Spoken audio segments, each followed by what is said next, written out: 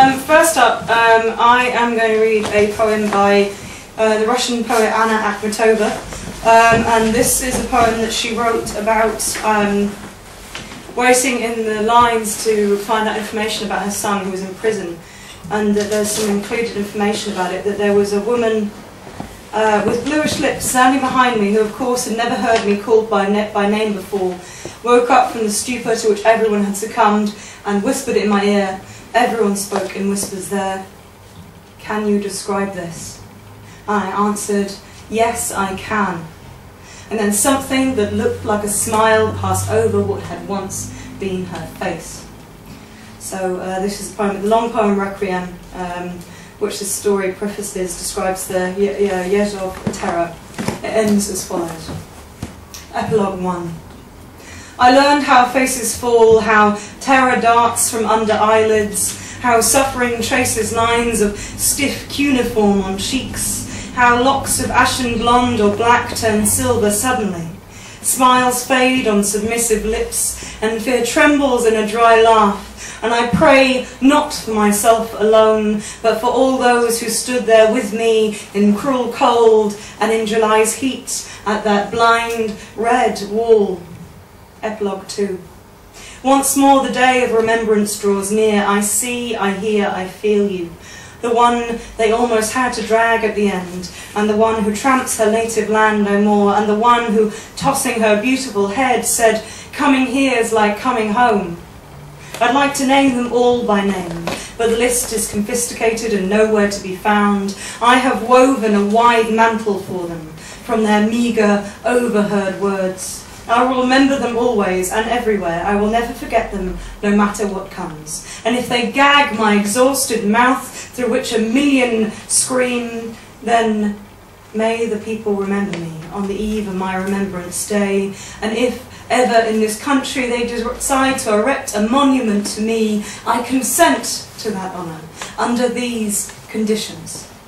That it stand neither by the sea where I was born, my last tie with the sea is broken, nor in the Tsar's garden near the cherished pine stump where an inconsolable shade looks for me. And here where I stood for 300 hours, and where they never unbolted the door for me. This less than blissful death. I forget the rumbling of the Black Mariahs. I forget how that detested door slammed shut, and an old woman howled like a wounded animal. And may the melting snow stream like tears from my motionless lids of bronze, and a prison dove coo in the distance, and the ships of the neighbour sail calmly on.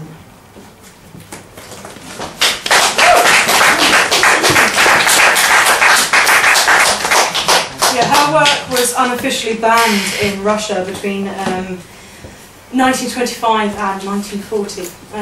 So, yes, it's kind of relevant tonight to hear a Russian woman speak that kind of way. I'm going to read a couple of my own feminist poems, including one that is now unofficially retired in Manchester, because every fucker's heard it, but maybe not this audience. So I will read it tonight. And normally I end the set with this one, but I've got a new, even angrier one to finish the set with. So we'll start with this one and see how it goes. This is, for the educated among you who are aware of Allen Ginsberg, you'll recognise some of the techniques used in this poem from Allen Ginsberg's Howl that was written in the workshop after listening to Howl. So this is called For Ruth, Betty Blue and all the fucked up women I ever knew. Who has marked their skin and body with the darkness in their head, who has offered up their body for money and found it taken from their hands without payment, who has been there with the white walls and all that noise, who has felt trapped by their own skull, who has been beaten by the one they loved, who has offered their limitless love and found it rejected, who has been made afraid to walk the city night despite lamplight, who has been made to feel their body is inadequate, that it makes them unworthy of ornament, who has changed their body, hair, skin, face, altered it so that you know exactly how fucked up and ugly they feel, who has cried wolf, who has cried for help, but too softly, who has been made to feel their gender is at fault, who has lost the plot, lost their keys, lost their voice, their face, their shoes, their self-respect, their virginity. God, who they seriously doubt exists, only knows where. Who has abused pharmaceuticals, who has been abused by pharmaceuticals, white coats, nurses, police, and the rest. Who has been to hell and back, who has been to court and to point the finger, who has been scared and alone, scared in a crowd, scared in the sea, scared of their own grey matter, who has been blacker and blacker in thought than the sky at night, who has failed to see the beauty in simplicity, who has forgotten the laying on of hands can be comforting communication, who has wept and flooded the room and half drowned like Alice, who has fallen in like Alice, who does not think they deserve to bask in the sun like a seal bent on a rock, who does not think the world owes them anything, who does not think their brain, their witty, artistic, sarcastic, maladjusted brain is worth nothing, their achievements mere bones of things, no flesh and tendons to articulate them and make them real. They have had bones broken. They have wanted to break their bones just to feel. The bones proof they are no automatons, who make no bones about it, who felt boneless, skinless, lacking in backbone, felt they have not got a good bone in their body.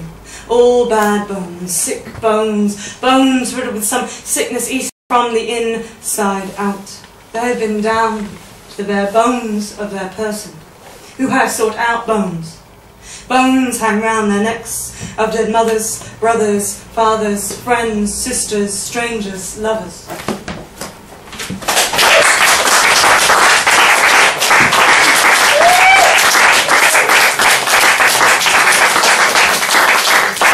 I submitted to the PEN Poems called Pussy Riot, and I sent this one off because it was a aggressively feminist poem that wasn't incredibly long, which all my feminist poems seem to be, when all of my other poems are about this long. It's just, it makes me, anyway, blame feminism. This was inspired by Matisse's Blue Nude 4. I'm sure you've seen it before, everyone has. It's a very beautiful painting. Well, cut out. So this is what I wrote over a year ago. Tell me about the blue women of your acquaintance. Tell me you see the waves of electric blue emanating from grey clothes. Contorted, sectioned off head, severed at the neck, held on by empty hands. Limbs folded, protecting the body, the acute blue body. The body radiating blueness and the cause of blueness. In its largeness, its smallness, its marks, the drugs, the want, the need, the surplus. Old fingerprints, its victories, its refusals.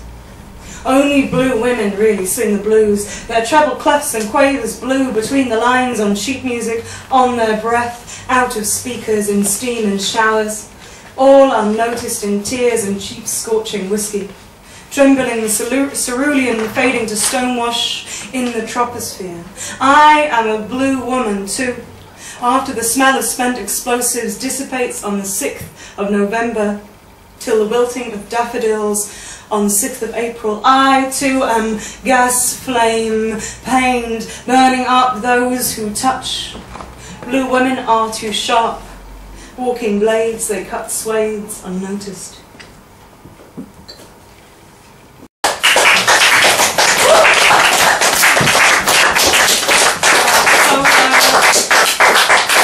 This is the last one for me. This poem has only been read once before, and this is the first time this particular edit has been read before.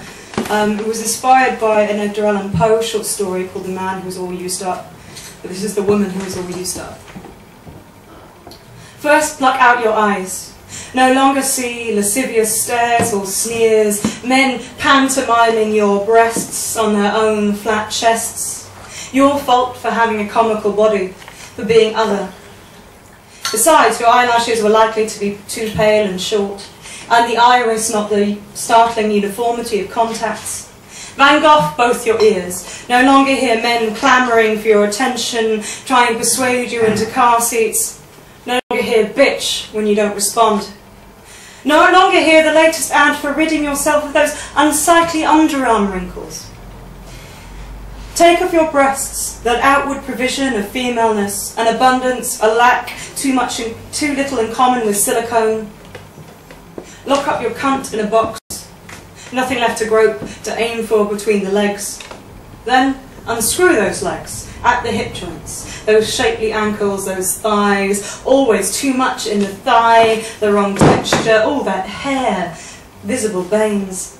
The beastliness of a functioning body, pumping away, growing hair, oxidizing, exuding odours, shedding skin cells.